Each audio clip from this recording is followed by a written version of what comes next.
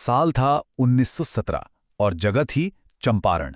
एक ऐसा आंदोलन जिसने कह सकते हैं भारत की आज़ादी की लड़ाई का पूरा रुख ही पलट दिया।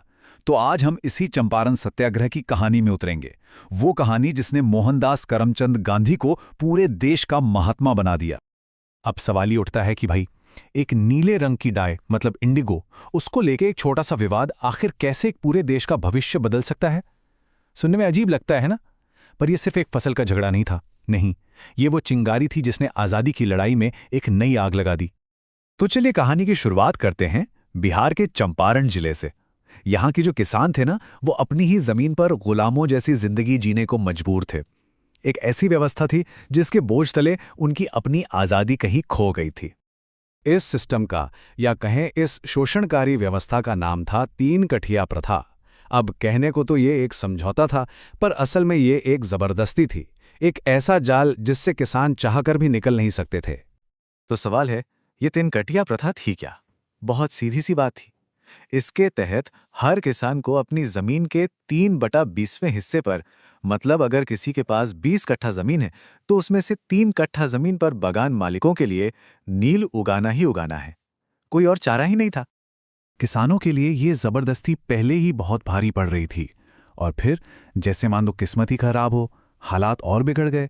हुआ ये कि हजारों मील दूर जर्मनी में सिंथेटिक इंडिगो यानी नकली नील का आविष्कार हो गया, और बस रातों रात दुनिया भर के बाजारों से असली प्राकृतिक नील की मांग लगभग खत्म हो गई।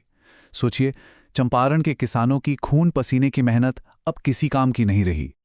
और यहां शोषण का एक नया और भी घिनौना रूप सामने आया। अब जब नील की खेती घाटे का सौदा बन गई तो बागान मालिकों ने किसानों को इससे आजाद करने के बदले उल्टा उन्हीं से भारी भरकम मुआवजा मांगना शुरू कर दिया। मतलब जिस खेती से किसानों को कुछ मिल नहीं रहा, उसी से छुटकारा पाने के लिए उन्हें अपनी जेब से पैसे देने थे। ये तो सरासर अन्याय था। तो जब जुल्म और अन्याय अपनी सारी हदें पार कर गया, तब मदद के लिए एक पुकार उठी, और यहीं से कहानी ने एक ऐसा मोड़ लिया जहां से सब कुछ बदलने वाला था। इस अंधेरे में उम्मीद की किरण बनकर उभरे चंपारण के ही एक किसान नेता राजकुमार शुक्ल। वो बहुत दृढ़ निश्चयी थे। उन्होंने महात्मा गांधी के बारे में सुना था और ठान लिया कि उन्हें चंपारण लाना ही है। उन्होंने गांधी जी से संपर्क किया और कहा कि वे खुद आकर किसानों का दर्द अपनी आंखों से देखें। और देखिए, बस उस एक इंसान की जिद और बुलावे पर गांधी जी 1917 में चंपारण आ पहुंचे।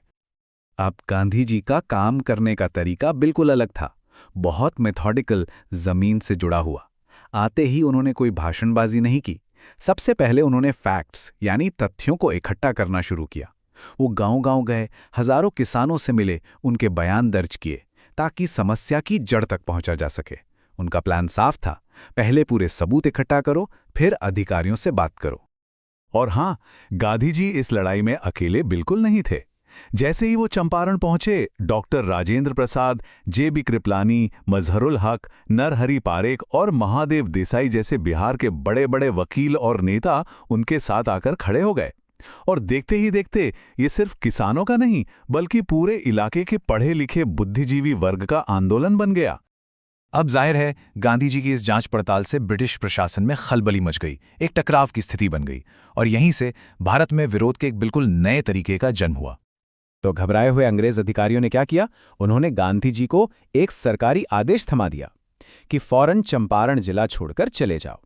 उन्हें लगा बस गांधी जी को बाहर निकाल दो, मामला अपने आप शांत हो जाएगा। लेकिन गांधी जी ने जो किया, उसकी उम्मीद शायद किसी को नहीं थी। उन्होंने बहुत विनम्रता से, लेकिन उतने ही दृढ़ तरीके से उस सरकारी आदेश को मानने से साफ इनकार कर दिया। और बस यही वो ऐतिहासिक पल था। भारत में पहली बार सविनय अवज्ञा यानी सिविल डिसोबीडियंस का इस्तेमाल हुआ। मतलब बिना किसी हिंसा के बड़े ही शांतिपूर्ण तरीके से एक अन्यायपूर्ण कानून को तोड़ना। गांधी जी के इस एक कदम ने, बस एक इनकार ने, पूरी ब्रिटिश सरकार पर जबरदस्त दबाव बना दिया। तो अब देखते हैं कि इस टकराव का नतीजा क्या निकला और इसका असर पूरे देश पर कैसा पड़ा। नतीजा ये हुआ कि सरकार को झुकना पड़ा। दबाव में आकर उन्होंने मामले की जांच के लिए एक कमेटी बनाई, चंपारण एग्रेरियन कमेटी। और सबसे बड़ी बात यह थी कि गांधी जी को भी उस कमेटी का सदस्य बनाया गया।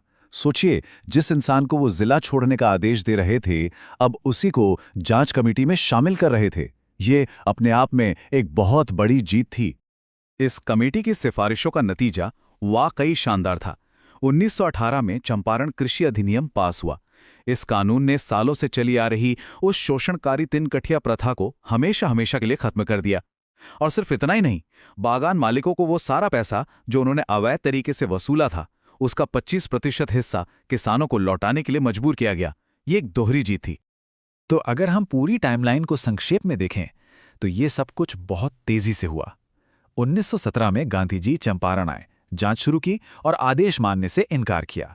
और 1918 आते आते चंपारण कृषि अधिनियम के साथ किसानों की जीत पक्की हो चुकी थी। मतलब 1 साल के अंदर ही पूरा पासा पलट गया। लेकिन चंपारण की विरासत इसकी जीत से कहीं ज्यादा बड़ी है। यह सिर्फ एक स्थानीय आंदोलन की जीत नहीं थी।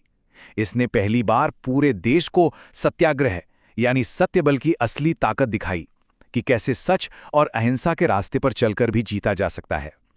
इस जीत ने आजादी की लड़ाई के लिए एक मजबूत आत्मविश्वास की नींव रखी। और हां, इसी आंदोलन ने मोहनदास गांधी को पूरे देश के महात्मा के रूप में स्थापित कर दिया। तो चंपारण ने यह तो साफ साफ साबित कर दिया कि सत्य बल का हथियार यानी सत्याग्रह कितना कारगर है। इसने दिखा दिया कि शांति के रास्ते पर चलकर भी सबसे बड़ी ताकत को झुकाया जा सकता है। पर अब एक बड़ा सवाल हवा में था कि ये जो नया और शक्तिशाली हथियार मिला है, इसका अगला निशाना कौन होगा? इसका अगला इस्तेमाल कहाँ किया जाएगा?